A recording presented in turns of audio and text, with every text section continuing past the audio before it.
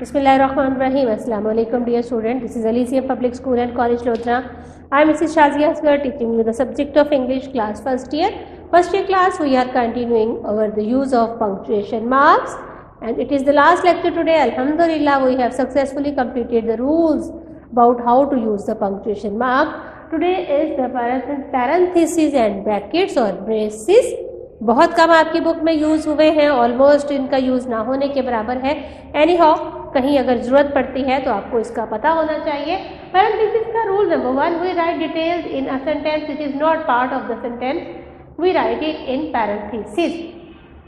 जो सेंटेंस की डिटेल्स हैं अगर वो सेंटेंस का पार्ट नहीं है, अननेसेसरी है या ज़्यादा डिटेल्स है या सेंटेंस उसके बगैर भी कंप्लीट सेंस दे रहा है तो वो जो अननेसेसरी डिटेल्स होती हैं वो हम पैरेंथेसिस में लिख देते हैं. For example doctor Khwaja Imtiaz was a great teacher. Doctor Khwaja Imtiaz was a great teacher. अब ख्वाजा इम्तियाज एक अजीम टीचर थे, ये एक्चुअल सेंटेंस है, लेकिन ख्वाजा इम्तियाज के बारे में जो डिटेल्स है वो हमने पैरेंथेसिस में दी है. The department chairman of the department of English in 1986 में इंग्लिश डिपार्टमेंट की जो चेयरमैन है डॉक्टर ख्वाजा इम्तियाज वो एक अच्छे टीचर थे. तो जब भी हम सेंटेंसेस में अननेसेसरी डिटेल्स लिखते हैं उन डिटेल्स को हम पैरेंथेसिस में कर देते हैं. For example, have you read the play King Lear? क्या आपने किंग लियर पढ़ा है? अब किंग लियर एक ड्रामा है और बहुत ही मशहूर है, तो इसके साथ हमने जो किंग लियर की डिटेल है वो आज शेक्सपियरियन प्ले डिटेल हमने पैरेंथेसिस में दे दी. किंग लियर क्या आपने पढ़ा है और किंग लियर क्या है? शेक्सपियर के प्लेज में से एक प्ले है. तो रूल नंबर 1 पैरेंथेसिस के बारे में ये हुआ कि जब हम कुछ सेंटेंस लिखते हैं उसके दरमियान में अगर हमें किसी चीज़ की डिटेल देनी है तो वो डिटेल हम पैरेंथेसिस के अंदर दे देते हैं. यानी उस डिटेल को अगर हम छुपा के या उसको ओमिट करके सेंटेंस पढ़ेंगे तो सेंटेंस पूरे का पूरा कंप्लीट होगा, भामानी होगा और उसकी सेंस किसी भी लिहाज से मुतासिर नहीं होगी. तो जो डिटेल्स है वो हम पैरेंथेसिस के अंदर देते हैं. Rule number 2, to show the number of contents we use parenthesis. हम सेंटेंस के अंदर नंबर 1, नंबर 2, नंबर 3, ऐसे के अंदर नंबर 1, नंबर 2, नंबर 3 लिखते हैं.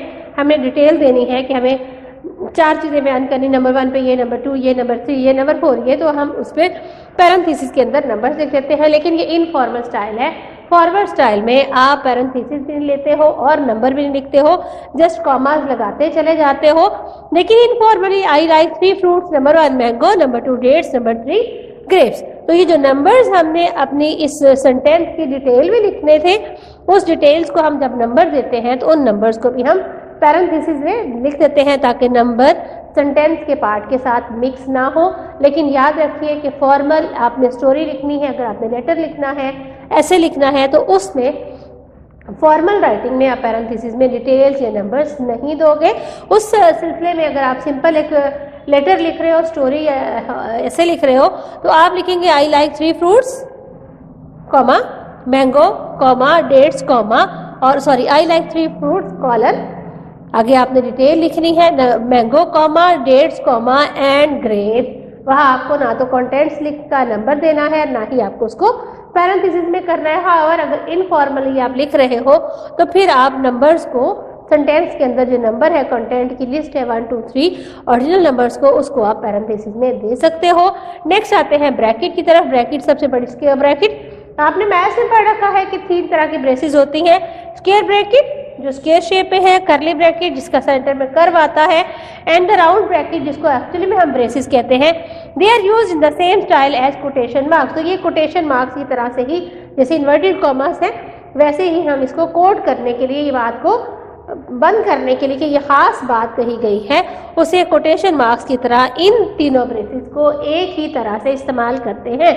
मीनिंग देयर बाय कोई डिफरेंस नहीं है कि यहाँ बड़ा सेंटेंस है या छोटा सेंटेंस है तो आपको स्क्वायर ब्रैकेट यूज करनी है, कर्ली करनी है, राउंड करनी है.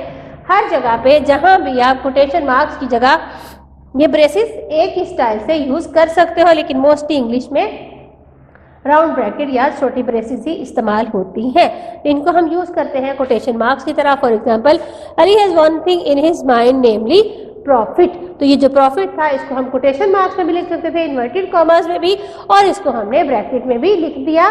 दोनों का सेम मतलब है और आपकी बुक में ब्रैकेट का इस्तेमाल कम है, कोटेशन मार्क्स का ज्यादा है. Number 2, brackets are used in the same way as parenthesis.